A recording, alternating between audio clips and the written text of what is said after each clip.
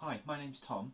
I qualified as a lawyer through the Silex route earlier this year, and I wanted to make a quick video with some of the tips that I picked up on along the way for pulling together your work-based learning portfolio, which certainly for me was one of the most challenging parts of the process. Now, I have to say at the beginning, I'm not part of Silex other than as a fellow. I don't make any decisions, so all I'm going on is based on my experience of putting together my portfolio, my experience of submitting it, and the feedback that I received. My first step, which I think is the most crucial out of all of them, is to set aside some time to poke about on the Silex regulation website. Now, Silex is the body for members, but Silex regulation are the regulator who decide whether or not you can become a qualified lawyer through the Silex route. They're the ones who will be assessing your portfolio.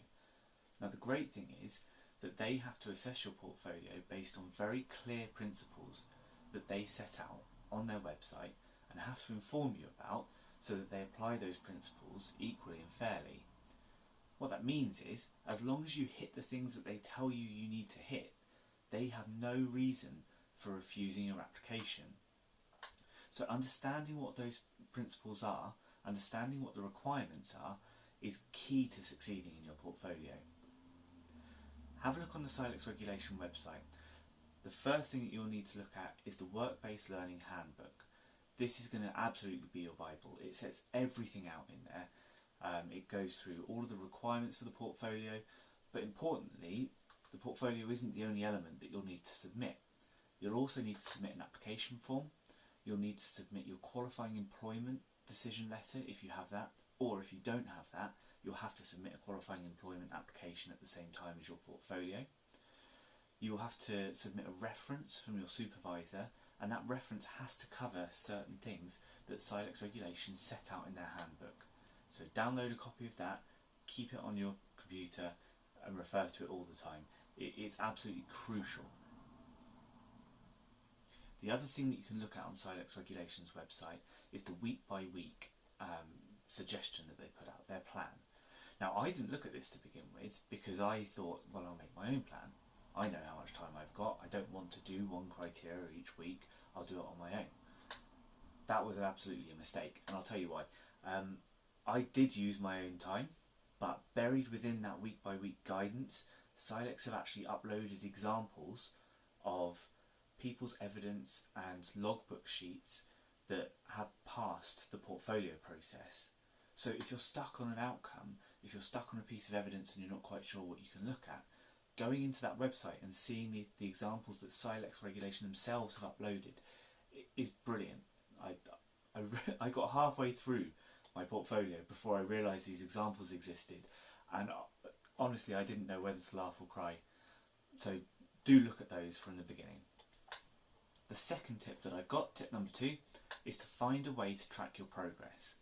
Now, I will link, I think in the description below, an Excel spreadsheet that I used, but what I'd actually recommend is you come up with your own way of tracking your progress, and there's 2 reasons for this.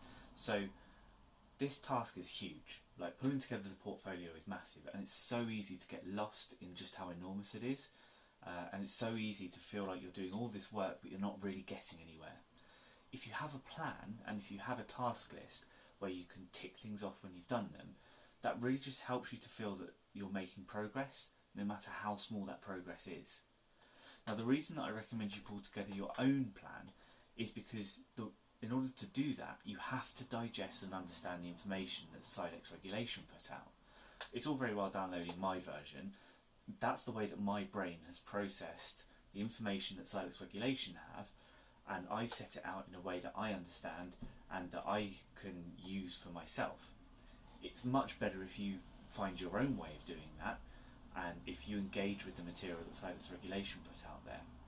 As I say, I will link it below so you can use it as it is, adapt it in some way, change it so that it makes sense for you, but I will go through that spreadsheet a little bit as well about how I used it. And that actually links into my next tip. Tip number 3 is to break that task down into smaller pieces. Now, this is called chunking, and it's a really effective technique anytime you've got a massive task in front of you. Break it down into smaller parts. That will allow you to see what's achievable, so you will know, yeah, I can find one piece of evidence for this, whereas trying to pull together a whole portfolio at a time is just completely unachievable. The other thing that it does is allows you to focus and really use your time effectively. So it may be that you don't have many gaps, maybe you've got a lot of work on, but maybe you have 15 minutes here or there. But if you don't have this plan broken down in smaller chunks, it can be very difficult to know what it is that you can do in those 15 minutes. Now Silex do break down the plan a little bit. They have it down by outcome, and if some of the outcomes you need to have more than one piece of evidence, so they have kind of a tick box once you've done each piece of evidence. I actually think you need to break it down even further than that, because pulling together the evidence and filling in the logbook sheet actually has a few steps involved. You need to come up with some kind of idea, remember some work that you've done previously, or proactively do some work in order to meet the learning objective. You need to obtain a copy of that, whether that's just saving it as a PDF from your email system, whether it's printing it, whether it's finding a copy and saving it into your file structure. That is a task. You then need to redact the material that's in there. So when you submit your portfolio, you shouldn't be including any data that is personal data, so it shouldn't identify individuals, but also it shouldn't identify clients or other people that you're interacting with. So you will need to go through your evidence and redact it at some point. And then you will need to fill out the logbook sheet, so the cover sheet that explains how the evidence that you're presenting fulfills the outcome and the competency that you're trying to meet.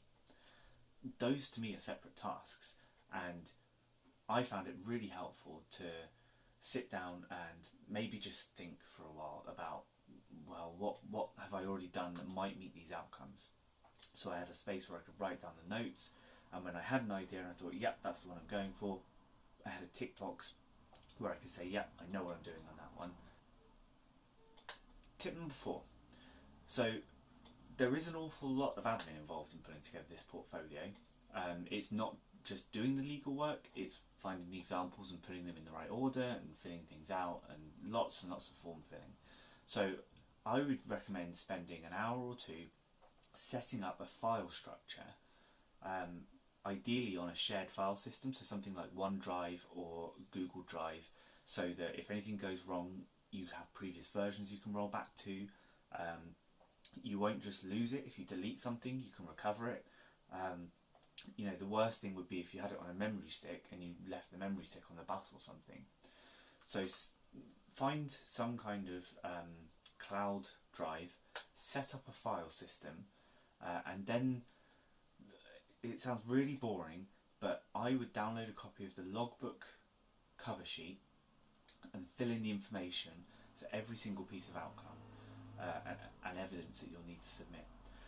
So the logbook sheet will have a space for your name, it will have a space for your membership number for Silex, it will have a space for your supervisor name, it has a space for the outcome, so like 1.1, 1.2, 1.3, and also where there's more than one piece of evidence, it will ask you, is it evidence 1 or evidence 2? If you can do all of those very kind of menial, boring jobs, when it comes to actually filling the logbook sheets in, you then don't get slowed down by that stuff. It's just there ready to go. It helps you to organise your work, it makes sure that you won't lose anything, but importantly it keeps you focused on the task that you need to be doing, which is pulling together the portfolio and not on filling your membership number in 47 times. Okay, my final tip for tip number 5 for the planning stage of your portfolio is to plan some time in to actually do it, right? I mean, it sounds obvious, but even if it's just half an hour here, half an hour there, half an hour a week, you will progress, you'll take steps to go forwards, and that's what you really need, is to dedicate that set time to actually doing some of this. Otherwise you'll leave it for too long. And remember that the evidence has to be within 2 years old when you submit your portfolio. So the worst thing you can do is let this drag out for too long, because you may well have to go back and redo some evidence and logbook sheets that you've already done simply because the evidence that you're submitting has gotten too old. So it doesn't have to be 8 hours on a Saturday, it doesn't have to be 3 hours a night. Just book in some time. Try and prioritise this. This is about getting you qualified. It doesn't seem like it, but you're so close now that really this is when you need to focus. I find that a lot of people were really disciplined when they were studying for an exam, but once they come to the portfolio stage, there isn't that external structure. You're not trying to meet an exam timescale. You know the exam's in July, so you work backwards from there, and it's too easy to let things drift.